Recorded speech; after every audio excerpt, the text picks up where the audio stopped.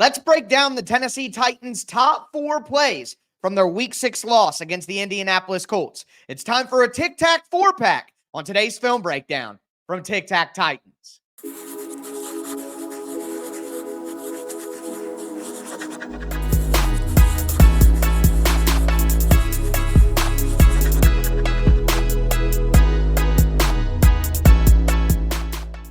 Titans fans, welcome into another film breakdown from TicTac Titans, your home for Tennessee Titans X's and O's. I am your host, Tyler Rowland, 25 years as a Tennessee Titans fanatic. I've covered the team for Sports Illustrated, USA Today, and hosted the #1 Tennessee Titans podcast, Locked On Titans, for 6 seasons. In today's film breakdown, we are going to do our Week 6 TicTacFourPack, breaking down the top 4 plays from the Tennessee Titans Week 6 matchup against the Indianapolis Colts. Before I dive into the plays, do want to thank you for tuning in. Make sure that you get subscribed, stay subscribed for year-round free Tennessee Titans film content. Throw a thumbs up on the video, throw a Titan up down in the chat. And with that being said, as we always do, let's step into the film room.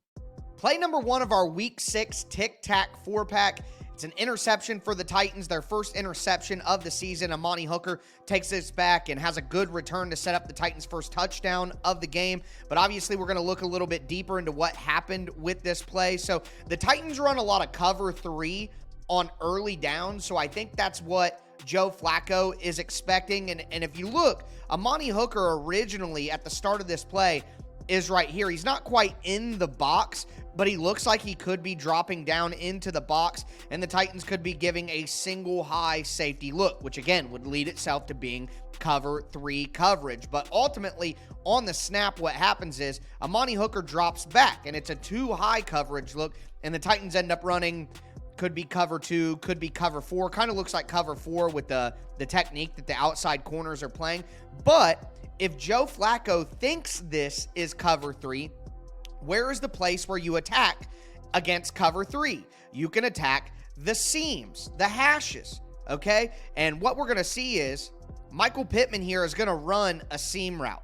And then over here, Alec Pierce is going to kind of bend inside the linebacker and then get to the seam. So it's pretty clear that the Colts were trying to attack the seam with this route concept. And the problem is the Titans drop into a 2 high look, and now both those seams are completely covered, okay?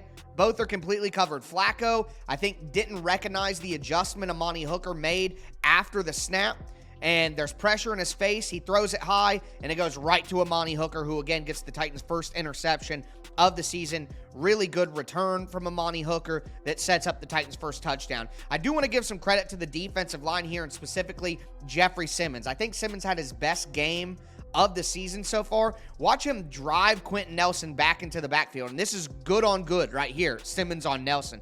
Drives him back into Joe Flacco's face, and I think that forces Flacco to throw this one high over Michael Pittman and right into the waiting arms of Amani Hooker.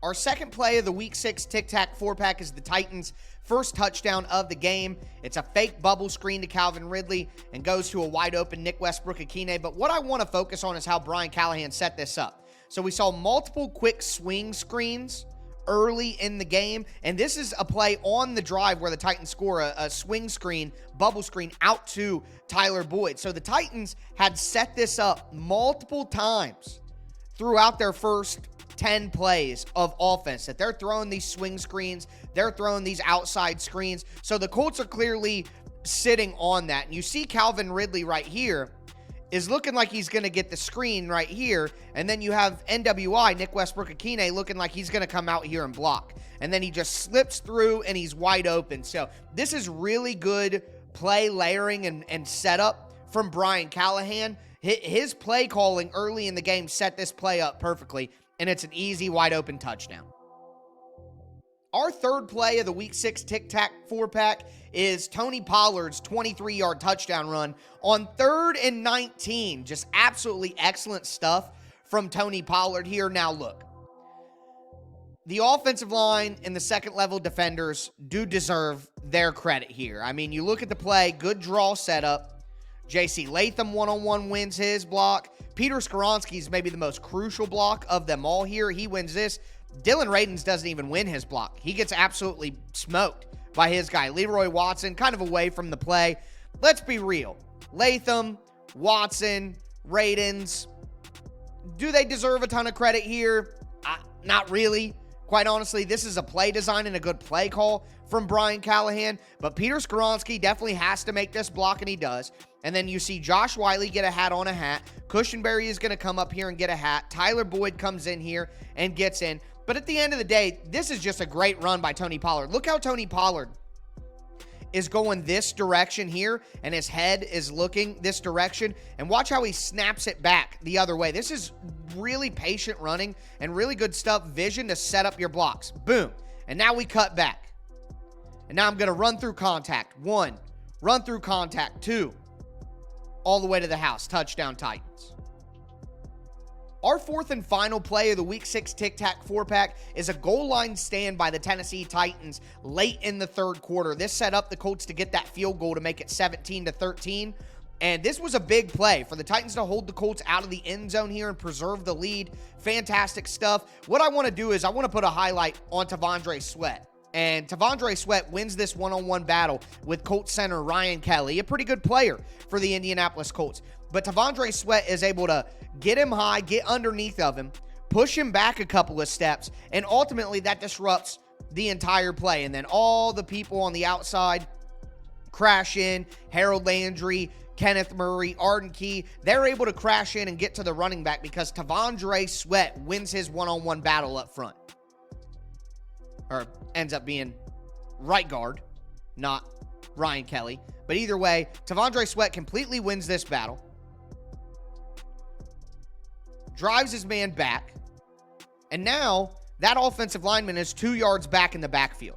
Good job by Sebastian Joseph Day as well to win his matchup. He had a pretty decent day out there and has been a good signing for the Titans. And then again, you have the people crashing from the edge. Harold Landry, Kenneth Murray. But really, T'Vondre Sweat and Sebastian Joseph Day winning this battle and driving their man back 2 yards into the backfield. That's a 4-point swing to keep the Titans in this ball game. So great stuff by the Titans D-line there. Titans fans, I know the Tennessee Titans took another tough loss, but I hope you guys enjoyed today's TicTacFourPack. There's a lot of good in there as well. And speaking of some of that good, I am going to have a film breakdown later this week on Jarvis Brownlee Jr., the Titans rookie cornerback, who had a fantastic performance against the Indianapolis Colts. We're probably going to take a look at Tony Pollard as well, but I am going to do some not as good film breakdowns as well. We're going to look at the performance of L'Jarius Sneed on tomorrow's film breakdown. So make sure that you don't miss that. Again, get subscribed, stay subscribed. Thumbs up on the video, tighten up down in the chat. I am your host, Tyler Rowland, and as I tell you every time, tighten up.